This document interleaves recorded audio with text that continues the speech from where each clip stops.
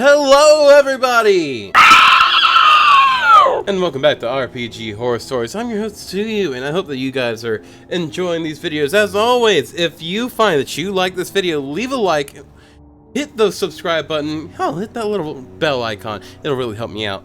Hey, leave your horror stories in the comments down below, and there's a chance I'll read your horror story tomorrow. I asked for a furry system to play on a forum. I wound up exposing a metric ton of neo-Nazis. I found a small-time forum dedicated to tabletop RPGs. I looked around for a bit before actually asking for help, picking out a fun system for furries to play. Started out with typical comments of some actual suggestions, mixed with the furries are yucky right before the real disturbing stuff came out.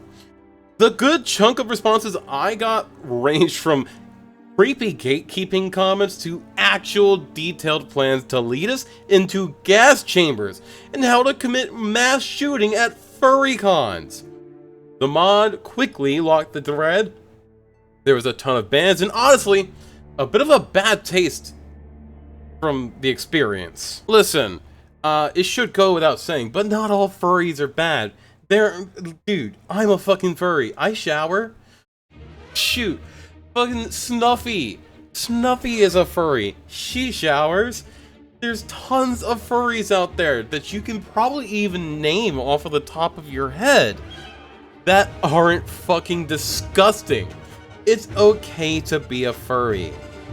You shouldn't be just absolutely losing your mind because somebody's a furry. That is not right. You can disagree with somebody, but if that disagreement requires you to go out and fucking lead people into gas chambers, well, quite frankly, go fuck yourself. Players burn the body of a dead character to stop him from being resurrected. Just to preface, if my party finds this post, like, folks, if you find this post, I fully don't care. That was a dick move. What the fuck? So last week, I failed as a DM. 2 weeks ago in session 5 of our campaign, a party member, the Ranger, died to save some mechanical birds in a dungeon. And we ended the session with everyone leaving the dungeon having saved the body. We pick up the next week playing on a different day from usual because one player couldn't make our usual day. The only person who couldn't make the day was the Ranger, who was dead. So I said, alright, we'll play on this day and you folks can try to find a way to resurrect the Ranger. We played the session. Opening combat goes fine. I haven't had much time to prep this campaign at all, and specifically this session but that was okay. I have ideas in place, just trouble thinking how to get from A to B. Like most DMs. After the combat, the party goes to head back to camp. And before this next part, I have to mention, at some point during the session, the Paladin randomly decided to go on a short tangent about how he really doesn't like the Ranger, or his character. I and everyone else mostly brushed it off, after a few of us were thinking, what the fuck, that wasn't okay, along with a few other things. He had also started his tangent with, guys, don't tell Ranger, or do tell him, I really don't fucking care. And this is on the recording. Everyone consented to having our sessions recorded and privately uploaded in session 0.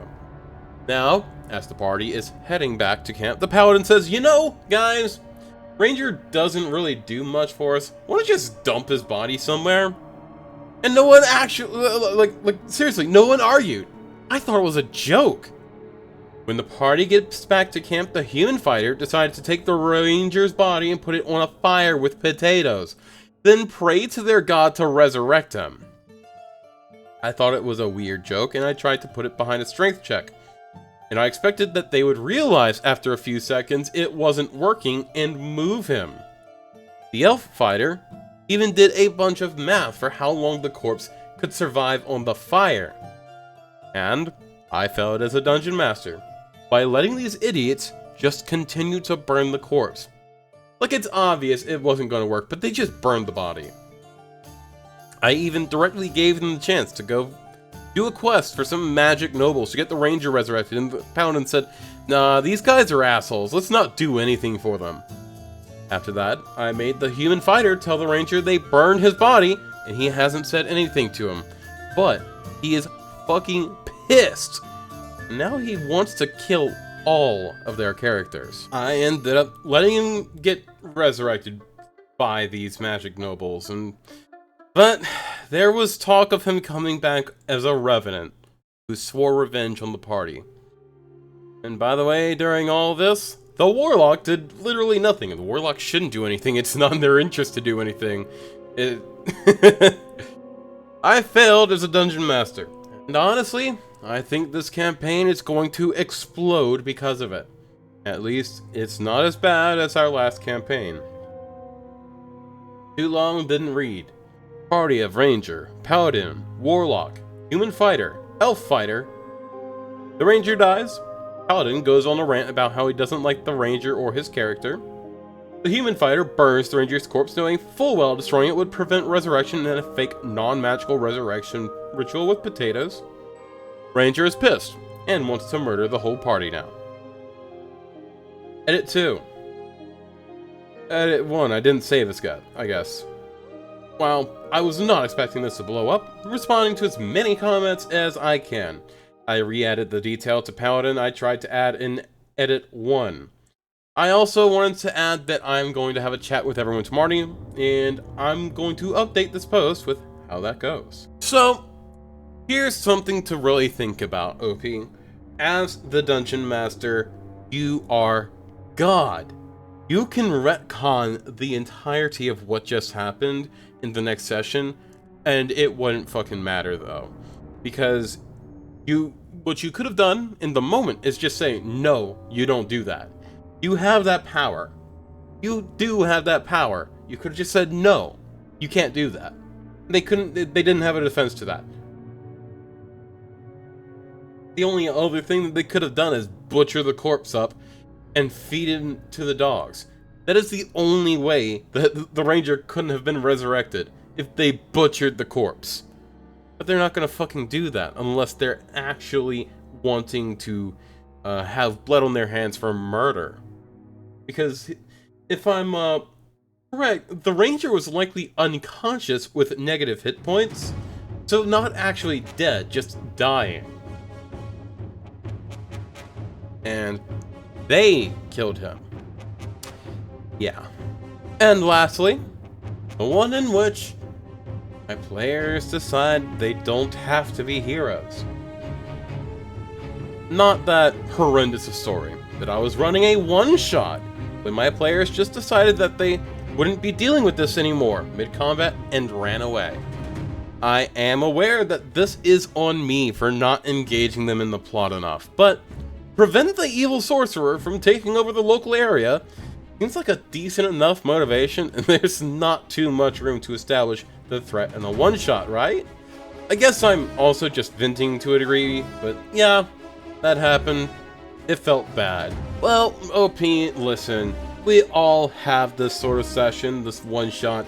It's unavoidable. Sometimes people just have bad days, they're not going to be engaged. This can even happen in a campaign. Sometimes people just don't like the energy of a boss. And you can literally, like, take that exact boss, rewrite it a slight bit, but, like, keep it the same, like, 90%. And that 10% that you did change can make all the difference. It really is just up to how the players are feeling. And honestly, maybe they were looking forward to something more evil, and they ended up getting, you know, the bog standard evil sorcerer, slay the dragon type shtick. You never know.